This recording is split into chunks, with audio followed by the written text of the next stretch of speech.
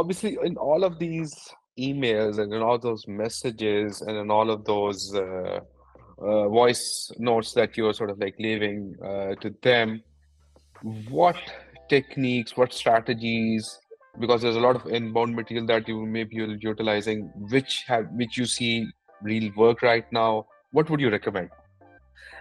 Which say that a question again, which strategies am I Uh, using to? uh, yeah, yeah. So sort of like you might be using some content to drive traffic and engagement via those emails. So what kind of content do you recommend will resonate? Maybe this customer list, maybe this 72 list member list of those CFOs. Yes. Okay. Great question on how to best leverage content in outbound. Yeah, First yeah. and foremost, folks, partner with your marketing team. I know for whatever reason, marketing and sales are supposed to be mortal enemies. And in many organizations, you might find yourself sort of siloed for marketing. So take it upon yourself to build that relationship because, to your point, Saad, having content to use in outbound is really valuable. A couple of ways I'm using content.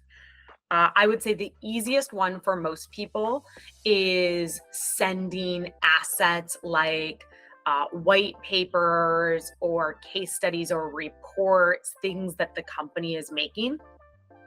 That's great. Do that.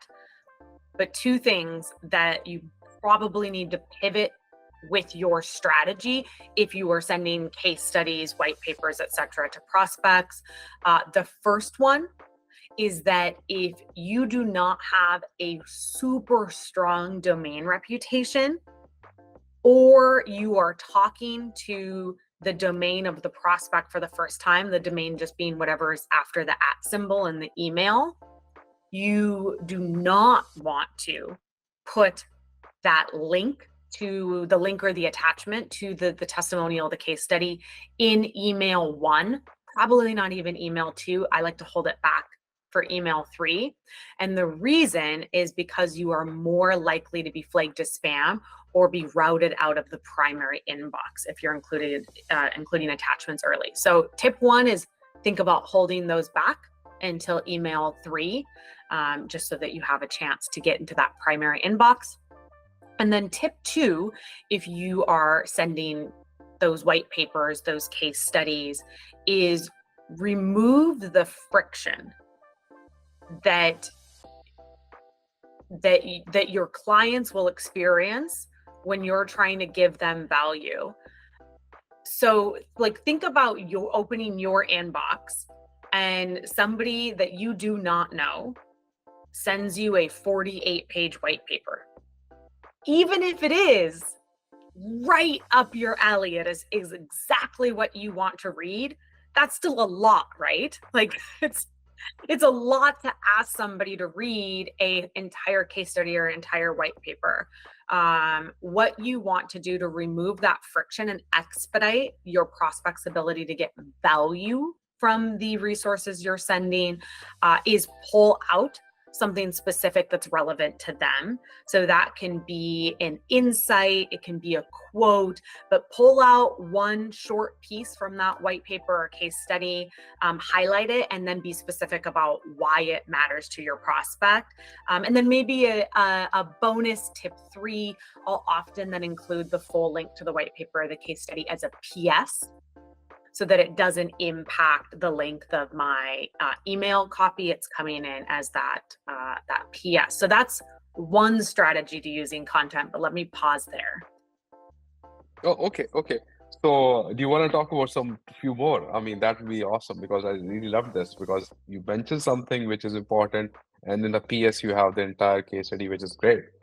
Yeah. Anything else? Any more content strategies if you want to share? Yeah, absolutely. As you can tell, I'm a big believer in the always be testing philosophy when Mhm. it comes to outbound. So I have so many fun creative strategies that are often either pattern interrupts, or even if they're not a pattern interrupt, they are so deeply centering the buyer experience in the outbound strategy, because it's not about the email that we want to send. It's about how the prospect is going to engage in the email. So that's where those types of tips come from, to pull the the link down to the PS, to not send it until email 3, to remove friction by pulling out that specific reason that you are sending the white paper or the case study and telling them why it matters to them. One of my other favorite plays for content is to use, like, so I just actually created a campaign using an infographic, and I created my own infographic, which I have done my entire career. Even when I was in corporate, if the asset didn't exist and marketing wasn't going to make it for me, if I needed it, I made it myself.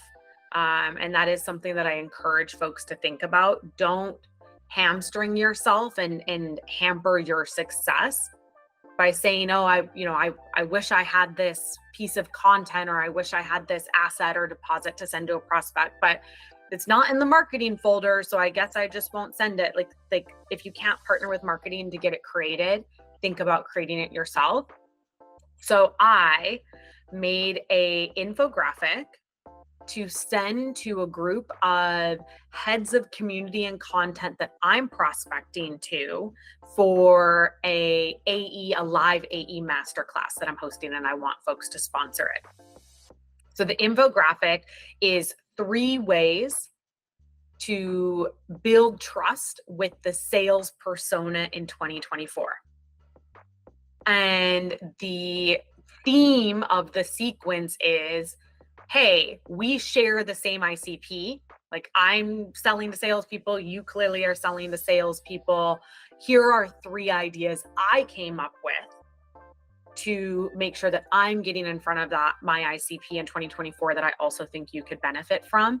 So I created this one infographic in Canva. It took me like 30 minutes tops, and I used it in email 1 and email 3. So the first email, and then a reply email. And then I used it in a LinkedIn InMail. And then I also posted it on LinkedIn as a piece of content, like a full post. And then either tagged the people in the campaign in the post or forwarded it to their inbox.